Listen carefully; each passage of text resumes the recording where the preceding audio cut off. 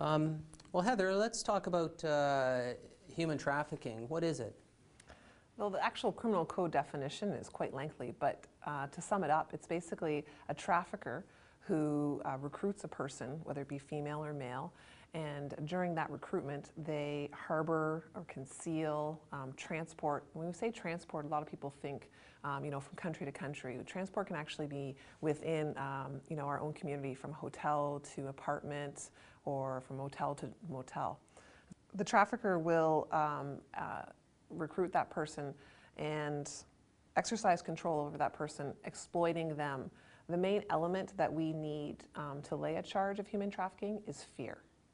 Whether that be fear for their personal safety, fear for a family member, or fear of what will happen if they ever try to leave. So does this human trafficking actually happen within our community? Absolutely, it's happening in the region of Peel.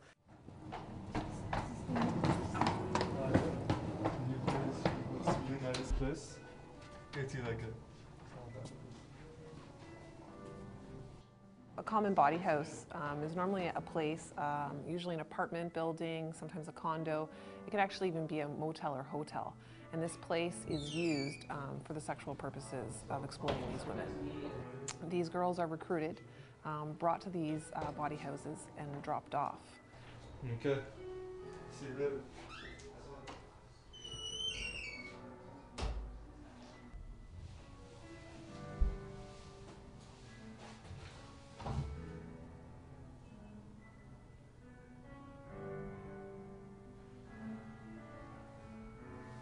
Some of the signs for citizens to look out for would be if you reside in a condo or apartment building and you see a frequent of male visitors coming to that specific apartment all hours of the day.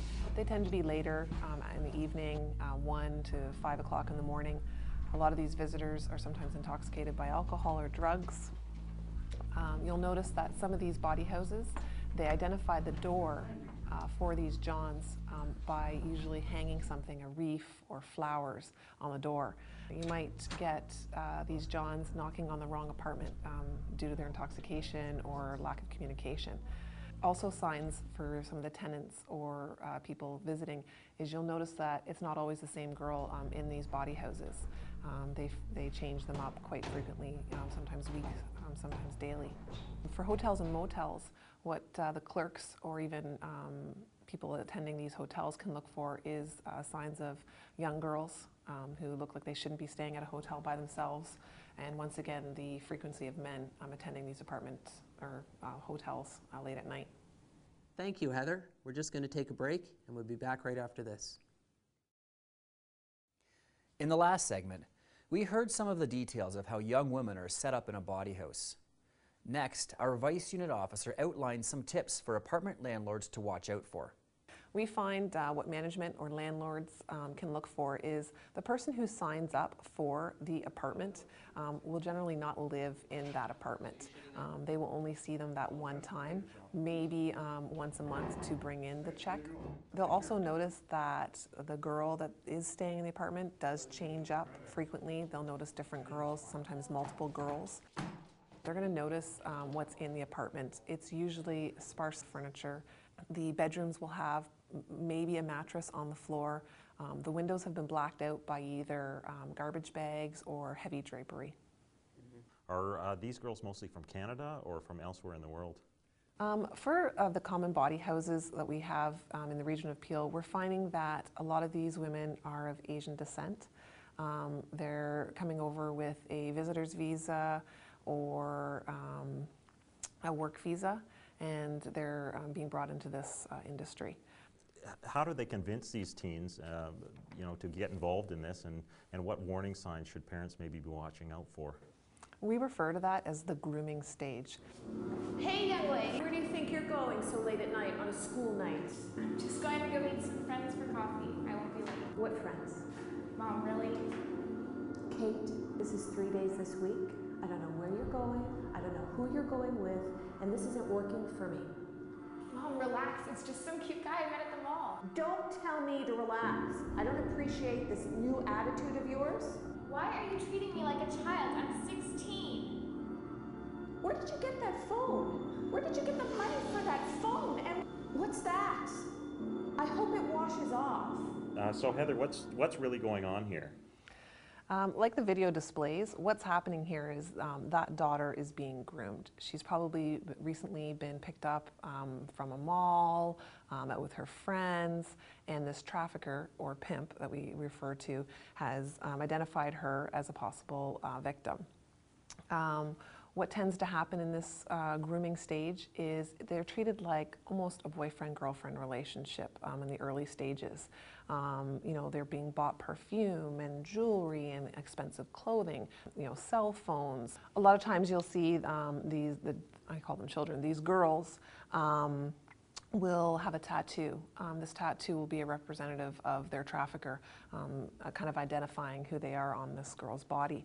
The trafficker's goal is to pull these girls away from their family. They'll delete any contacts that they have in their phone. They limit their time with their family.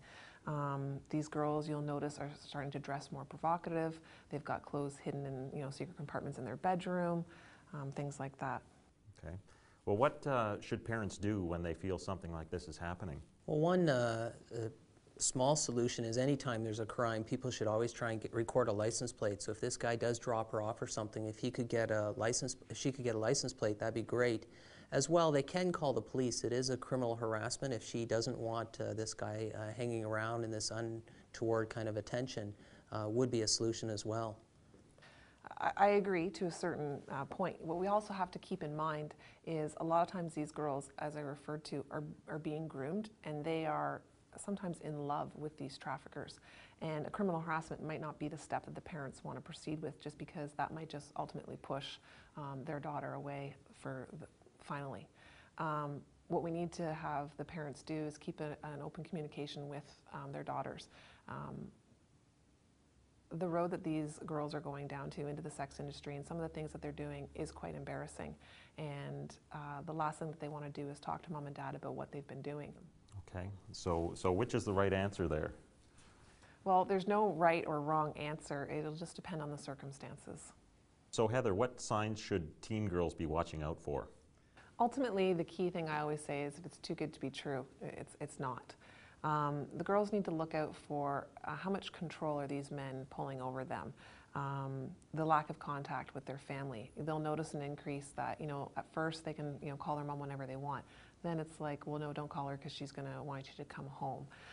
Also, to keep in mind the age of the man. What does he actually do? Does he go to school? Does he work? How much is he telling you about his own personal life? And ultimately, why would your boyfriend want you to have sex with multiple different men? Welcome back.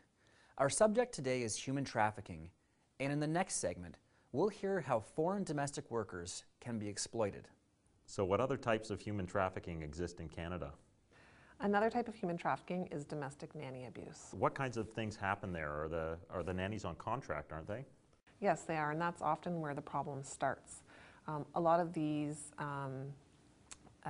women are brought over under the false pretense of a contract. These contracts sometimes are not in their native language, or they're misled as to what exactly they'll be doing when they come over to Canada.